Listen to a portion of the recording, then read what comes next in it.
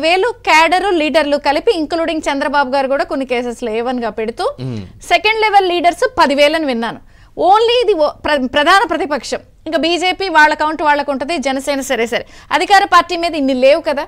రేపొద్దున ఇన్ఛార్జీల మీద కూడా పెట్టుంచారు. ఎలక్షన్స్ టైంలో నామినేషన్స్ విషయంలో ఇవన్నీ కూడా కొంత ఇబ్బందులు. ఒక ప్లాన్ ప్రకారం వెళ్తున్నప్పుడు మరి మిగిలిన వాళ్ళ పైన పరిస్థితి ఏంటి? మిగిలిన దారికి వచ్చేస్తారా? ఈ 9 మంది వేటుతో మిగిలిన వాళ్ళందరూ అమ్మో మనకెందుకు వచ్చిన రిస్క్ లేని సెటరేట్ అవుతారా? దారికి రావడానికి వాళ్ళకి అవకాశం కూడా ఉండదండి. ఎందుకు ఉండదు అని అంటే వాళ్ళు ఆల్రెడీ ఆ నెక్సెస్ లో ఇరుక్కుపోయి ఉన్నారు కాబట్టి వాళ్ళని ఆ పదవి నుంచి తప్పించి వేరే పదవికి పంపిస్తేను, ఎలక్షన్లకు దూరంగా ఉంచితేను తప్ప వాళ్ళు ఏమీ చేయలేకుండా ఉండటం అక్కడే. వీళ్ళు ఈ పదవుల్లో ఎలాగనే కొనసాగుతూ ఉన్నారంటే వీళ్ళ దాష్టికాలు ఎలాగనే కొనసాగుతాయి, వీళ్ళ అధికార మదం ఎలాగనే వాళ్ళ మీద చూపిస్తూనే ఉంటారు. వాళ్ళు కూడా దాసోహమై ఉండవలసిందే. 5 సంవత్సరాల్లో దీన్ని అంతా ఏర్పాటు చేసుకున్నాడు జగన్మోహన్ రెడ్డి. అంటే వచ్చిన రోజు నుంచి ఎన్నిక ఎలా గెలవాలి అనే వ్యూహంతో. మరి లేకపోతే అన్ని డీబీటీలే ఏదండి, అమ్మఒడి డైరెక్ట్గా బ్యాంకులో పడుతుందా? వాహన మిత్ర సంవత్సరానికి ఒకసారి ఇచ్చేవన్నీ డైరెక్ట్గా బ్యాంకులో పడతాయి. పెన్షన్ ఎందుకు పడదండి? పెన్షన్ ఎందుకు వాలంటీర్ తెచ్చివ్వాల్సిన అవసరం ఏముంది చెప్పండి? వాళ్ళ డైరెక్ట్గా బ్యాంక్ అకౌంట్. ఈ రోజుల్లో బ్యాంక్ అకౌంట్ లేని వాళ్ళు ఎవరన్నా ఉన్నారా? ఎవరు లేరు కదా. అమ్మఒడికైనా సరే, వాహన మిత్రకైనా సరే, రైతు భరోసా అయినా సరే మొత్తం బ్యాంకులోనే పడుతుంటే ఈ పెన్షన్లు మాత్రం ఏది వృద్ధాప్య పెన్షన్ కావచ్చు, వితంతు పెన్షన్ కావచ్చు, ఒంటరి మహిళ పెన్షన్ కావచ్చు, ఇంకా ట్రాన్స్జెండర్ పెన్షన్తో సహా అన్ని చేతికి ఎందుకు తీసుకెళ్ళిస్తారండి? దాన్ని ఎందుకు బ్యాంకులో వేయరు అంటే ప్రతి నెల వాళ్ళతోటి ర్యాపో మెయింటైన్ చేయటం కోసం ఒకటైతే ఎన్నికలు వచ్చిన తరుణంలో మోడల్ కోడ్ ఆఫ్ కాండక్ట్ ఒకటి ఉంటుంది. 50,000 పైన జేబులో పెట్టుకొని తిరుగుతూ ఉంటే ఇబ్బంది వస్తుంది.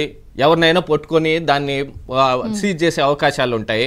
అదే ఇప్పుడు వాలంటీర్ అనుకోండి, ₹1,00,000 జేబులో పెట్టుకొని తిరుగుతాడు. 50 ఏళ్లకు పంచొచ్చు 2,000 చొప్పున. ఏమిటి ఇది డబ్బులు అన్నావు అనుకో, నేను పెన్షన్ పంచడానికి తిరుగుతున్నాను అని చెప్తాడు.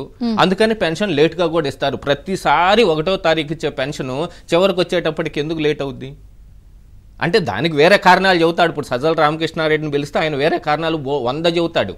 దానికి వాటికి వీటికి సంబంధం లేదుగా. మరి మనకొచ్చిన అనుమానానికి కూడా సమాధానం చెప్పాలి కదా.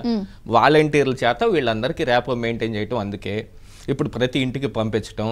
అసలు దీంతో పాటుగా ఇప్పుడు వాలంటీర్ని పెన్షన్ పంచకుండా ఆపేసితే ఎలక్షన్ కమిషన్ ఆదేశాలు ఇస్తే ఇప్పుడు విద్యాశాఖ నుంచి కొన్ని తీసుకొని వచ్చారు. ఇప్పుడు అప్గ్రేడెడ్ స్కూల్స్లో 11th 12th జాయినింగ్ అడ్మిషన్స్ కోసం కానీ, లేకపోతే గవర్నమెంట్ కాలేజీలో అడ్మిషన్ల కోసం కానీ ఇప్పుడు మళ్ళీ వాలంటీర్లను ఇంటికి తిప్పుతూ ఉన్నారు.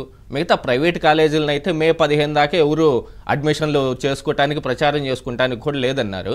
మరి గవర్నమెంట్ తరఫున వాలంటీర్లు ఇప్పుడు ప్రతి ఇంటికి తిరుగుతారట. ఎందుకు తిరుగుతారు? మొత్తం కారణం ఇదే కదా. ఇప్పుడు ఒక పెద్ద నెక్సెస్ తయారు చేశాడు.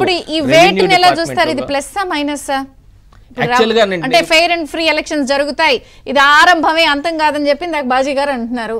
ప్రజలందరూ బయటకు వచ్చే సమయం వచ్చింది, ఈ చర్యలు పర్ఫెక్ట్ అంటున్నారు. మీ విశ్లేషణ? ప్రజలు ఎప్పుడైనా సరే ఈ 9 మంది మీద వేటు పడకపోయినా కూడా ప్రజలు ఓటు వేయదలుచుకుంటే వాళ్ళు బయటకే వస్తారు. ఎవరినైనా సరే ఇప్పుడు ఉద్యమాలు ఎక్కడి నుంచి మొదలవుతాయి? ఎక్కడి నుంచో కాదండి, ప్రజల మధ్యలో నుంచే మొదలవుతాయి. అందులో నుంచే నాయకుడు తయారై వస్తాడు. ఒక నాయకుడు తయారై కూర్చొని ఉద్యమాన్ని బిల్డ్ చేయడు. ఇప్పుడు ప్రజల మధ్యలో ఉన్న దీన్ని బట్టి